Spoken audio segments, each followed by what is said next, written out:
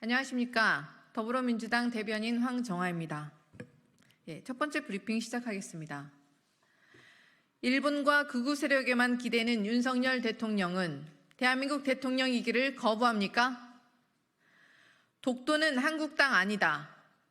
위안부는 매춘이다.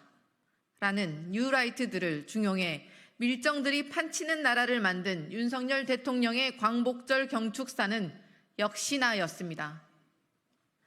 선조들의 한 맺힌 역사를 팔아넘기고 있는 윤석열 대통령의 광복절 경축식에 박수를 보낸 것은 오직 일본과 극우를 자처하는 매국 세력뿐입니다.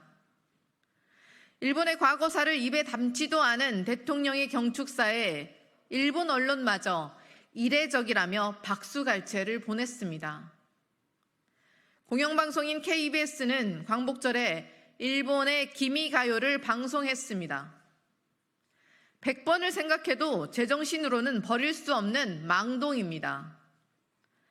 국민은 부끄러워 고개도 들지 못하는데 대통령실은 한일 관계에 대한 자신감이라며 누워서 침 뱉기급 망언을 내뱉었습니다. 이게 대한민국 대통령실이 할 말입니까? 대일 굴종의 극치를 넘어 숭일 매국의 경지에 올랐습니다. 윤석열 정권의 친일 행태에 맞서 국민의 뜻을 대변한 독립운동단체들이 따로 기념식을 열었는데 윤 대통령은 반성은커녕 국민 비판에 반자유 세력, 반통일 세력, 사이비 지식인, 검은 선동 세력이라며 적반하장의 선전포고를 했습니다. 친일과 입틀막이 보수의 정신적 가치입니까? 선열들이 피로써 써낸 대한독립의 역사를 지우려는 것은 친일, 숭일 매국 정권의 친일 쿠데타입니다. 대한민국의 정체성과 국민의 역사의식을 지우고 있는 윤석열 대통령에게 요구합니다. 역사와 국민 앞에 사죄하고 대한민국의 역사를 부정하는 뉴라이트들을 정부와 역사기관에서 모두 쫓아내십시오.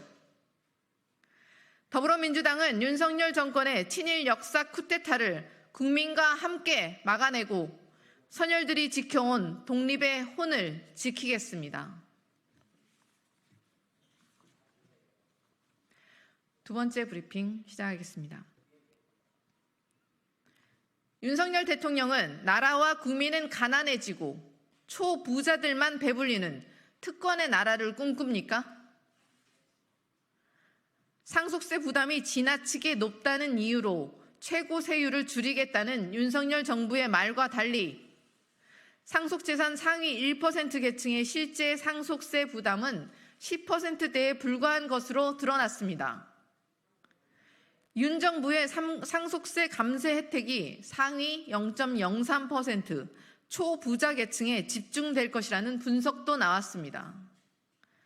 게다가 정부의 세제 개편안으로 인해 초고소득층, 초고자산가들은 최소 18조 6천억 원의 세금을 감면받는 반면 중산층 이하는 오히려 세금이 늘어난다고 합니다. 더욱이 상반기 나라 살림 적자만 100조 원을 넘었습니다. 국세 수입이 10조 원이나 줄었는데 이 중 법인세와 종합부동산세는 급감하고 소득세와 부가가치세는 오히려 늘었습니다. 윤석열 대통령이 꿈꾸는 공정하고 정의로운 나라가 중산층과 서민들은 더 가난해지고 초부자들만 배불리는 특권의 나라였습니까? 초부자는 감세하고 재정은 파탄내고 중산층과 서민은 증세하는 불평등, 불공정, 그랜드슬램 달성이 윤석열 대통령의 국정 목표입니까? 윤 대통령이 허황된 낙수 효과에 기대어 초부자 감세 정책으로 일관하는 동안 민생 경제는 처참히 무너져 내리고 있습니다. 민간 소비 침체에 올해 2분기 경제 성장률은 마이너스 0.2%포인트 뒷걸음질 쳤습니다. 반면 일본은 소비가 회복되며 오히려 0.8%포인트 성장세로 돌아섰습니다. 초부자들을 20조 원 가까이 감세할 돈은 있고 민생 회복을 위해 국민께 고작 25만 원을 지원할 돈은 없습니까? 더 늦기 전에 무능과 무책임으로 점철된 아집의 국정기조를 바꾸십시오. 초부자들에게만 주어지는 특권 감세를 회수해 중산층, 서민들의 삶을 지켜야 합니다. 윤석열 대통령이 민생회복지원금법에 거부권을 행사할 경우 민생과 경제를 완전히 포기한 대통령으로 기억될 것임을 명심하길 바랍니다. 이상입니다.